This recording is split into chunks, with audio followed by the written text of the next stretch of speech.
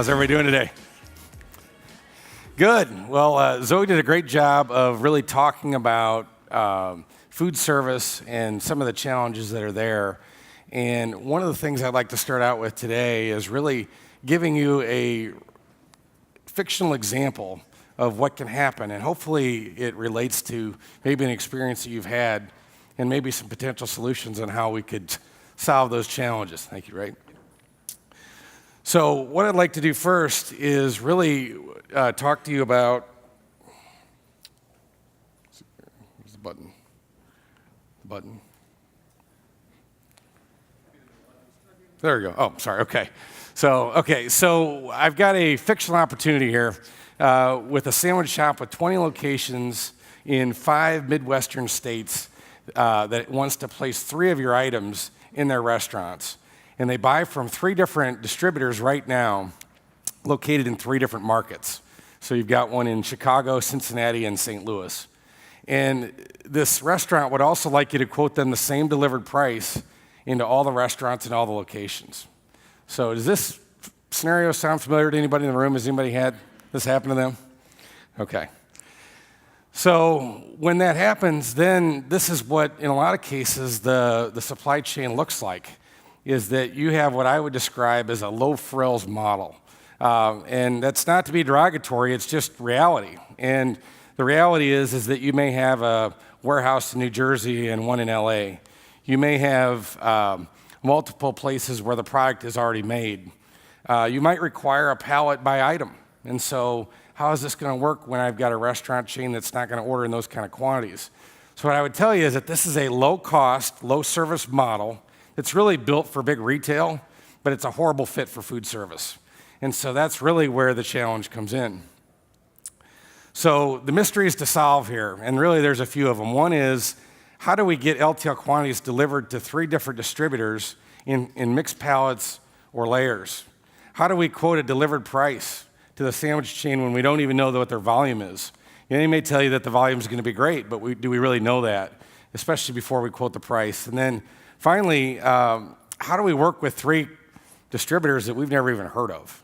And so those are all big challenges, and they're all real world in what we see every day at DOT. So really the path to opportunity is all about service. So are you able to say yes, which at the end of the day is really what it's all about. Can I tell that restaurant chain, yes, I can get you that product, I can get you the price, and I can get it to you on time and in good shape. And if you can't say yes, that's just an opportunity lost. And so really what it requires is more of a high frills approach.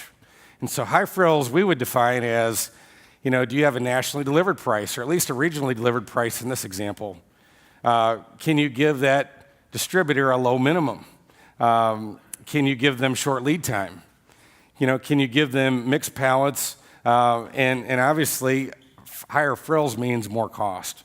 So is it going to work? So the higher cost, higher service model works really well in food service for customers that are unable to meet your traditional requirements that are found on the retail side.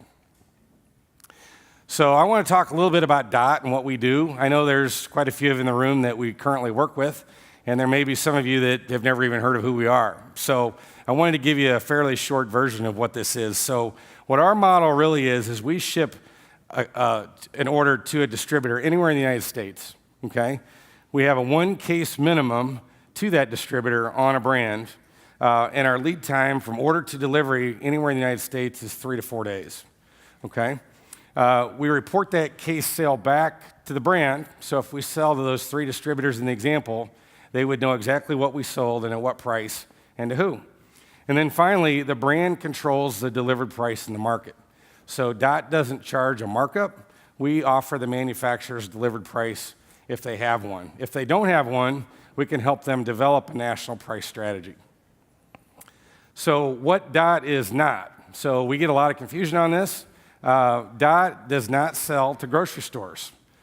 We do not sell to restaurants, and we only sell to distributors. So those distributors must have a loading dock, and the more important part is they've got to be able to pay the bill. So it's a part a lot of times we forget, but it's really important. And then finally, we purchase product from the brand. So we become, in essence, the customer to the brand as we buy the product, and we sell into a wide variety of channels besides food service. So we do go into grocery, into conventional wholesale. We get into vending, convenience. We do some ingredient industrial business. We sell into mass retail. We also do military, drug, and export. We currently sell to 26 countries outside the United States as well, but I don't have enough time to explain all that in a 20-minute presentation, but I'd be happy to answer your questions later on that. So just graphically looking at this, without redistribution, there's a lot of LTL trucks. There's a greater impact to the environment if you think about it. All these small orders on these big trucks driving all the way across the country, clogging the roads. Whereas if you can consolidate, those are now full truckload pickups from DOT that go into our system that then go to the customer in an efficient quantity. So when you look at the difference between the two slides, it's significant. And so we believe that it's a more efficient path to market. So why does DOT exist? It's really to make products more affordable, accessible, and allowing companies to improve the businesses and the lives of the individuals they serve. So when I took this job in natural and specialty a couple years ago, one of the things that drew me to it was really the ability to make a difference, because a lot of these products are great, and it's a great story and it's a great item, but then that story falls apart when you can't get it. So how many of you have been to a trade show, Expo West or somewhere like that, where somebody falls in love with your product? They can't tell you how much they want. They really can't tell you how it's going to work in their system, but they really just want the product. And that's really where we think we can come in and make a difference. So a few facts about DOT. The company's been around since 1960. It's a family-held, privately owned business. We did $6.6 billion in sales last year, and we have 5,200 employees across the country. We currently sell to 4,300 different distributors, and there are 850 different manufacturers that we buy from, and we have 118,000 different items available to the customer. 41,000 of those items are actually stocked and available with a 2 to 3 day lead time anywhere in the US. So how do we do it? We have a lot of trucks. So we have 1,300 tractors, 2,000 multi-temp trailers. And this is really important because our products ship dry, frozen, and refrigerated all on the same truck. And the cold chain remains intact throughout the supply chain. So we pick the product up cold, we bring it back cold, we store it cold, and we ship it cold. And so we do a lot of business in a lot of categories besides beverage that require a cold chain. And finally, probably the most important stat in this slide is that 94% of the time on LTL, we can deliver it within 15 minutes of the appointment. And I don't know if you've ever ordered anything that you had to wait around for somebody on, but usually you're not even sure what day they may arrive. And so we feel pretty good about that number, especially with multiple stops on one truck. So where are we located? We have a national footprint. We have 11 distribution centers around the United States that represent just under 3.5 million square feet. So we're building a facility right now just outside of Lake Havasu in Bullhead City, Arizona, which will come online in 2018, which will be our 11th facility. So looking at beverage for a second and shifting gears to that side, we currently offer 160 different brands at DOT. Some of those are more traditional, and some of them are more of the better-for-you varieties. We stock 1,300 items today, and we do about $200 million in sales in the beverage category. And one of the things that struck me on Zoe's presentation a minute ago was really, her slide said 20 to 30% of the sales in a restaurant are beverage. And when you look at our business, 200 million into 6.6 billion is only 3%. So we're at 3% of our sales are beverage, and the industry does anywhere from 20 to 30. So to me, that smells like an opportunity. It smells like we're very undeveloped in this category, and we're not going to get there with the red and the blue. We've got to get there with the more innovative products that need to come to market. So what we try to do is identify better-for-you brands that our distributor customers want and try to bring them in and be part of what we're doing. We want to add value to the brand and to the supply chain by adding our speed to market, which we think is critical, especially in the temperature-controlled or refrigerated type products. And then continue to seek out new beverage players who want to be ahead of the curve for what consumers want. So if there's a trend out there that's just emerging, maybe we can dial up the pace by making it easy to buy. I know it sounds radical. So here are some of the brands in the last 18 months that we've onboarded at DOT. You'll notice a lot of them here are in the room, and this is just a sampling of what we've done. But these are some of the ones that we have. So the question is, are you ready for us? And so really there's a number of things that you have to consider, because who doesn't like the idea of 3-day lead time and 1 case minimum? I think just about everybody likes that idea. But the question is, does it make sense based on what the needs are on both sides? So the first thing is, do you have a big enough boat? I mean, if we flip the switch and we want 4,400 of our distributors to buy your product, are you going to be able to produce it? So that's probably one of the biggest things. The second is really brand awareness in the market. Are you currently making this in your basement? Or do you have a production facility? Or are you branded and you're already in retail? So again, there's no wrong answer, but we just have to understand where you're at in the cycle. Finally, do you have a delivered price, or would you like to have one?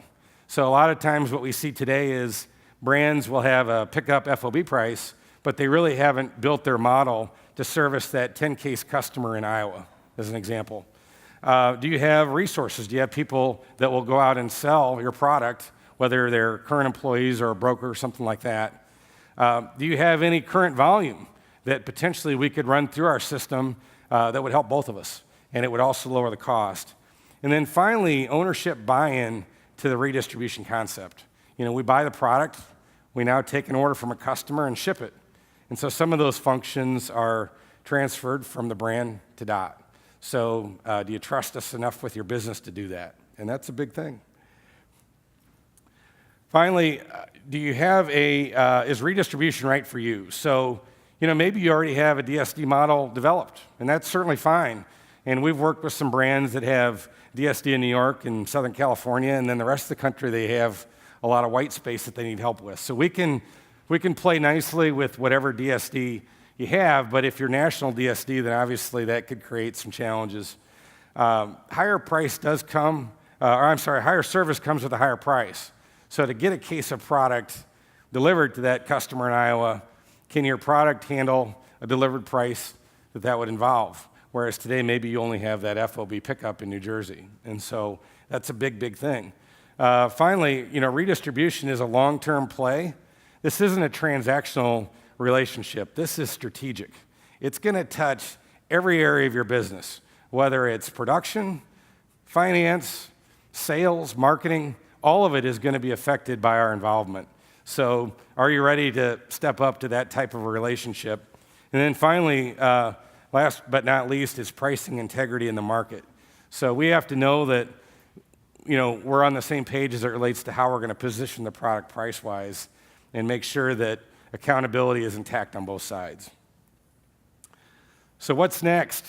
The future. If this sounds interesting to you, I would encourage you to go to our website and fill out a 2-minute questionnaire. You'll find it. You can click on an area that says Become a DOT Supplier.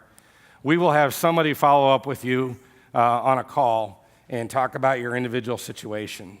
And then at that point, we'll determine next best steps. Thank you.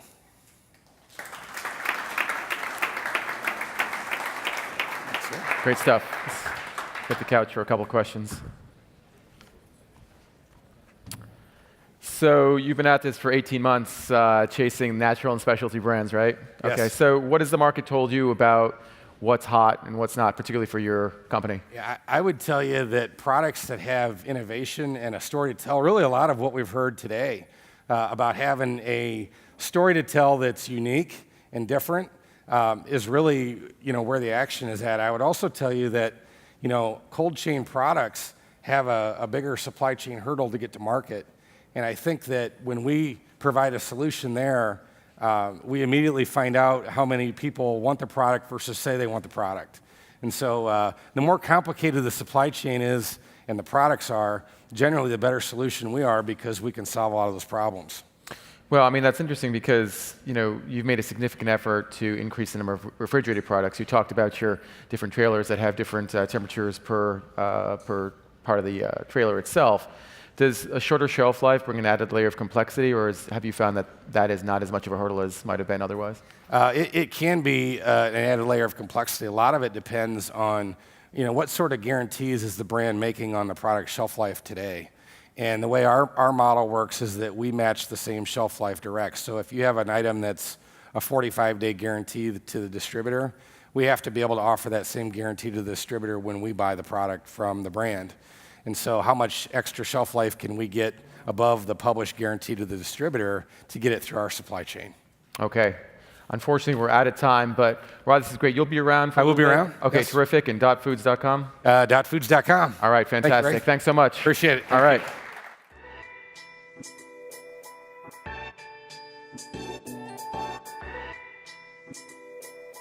Thank you.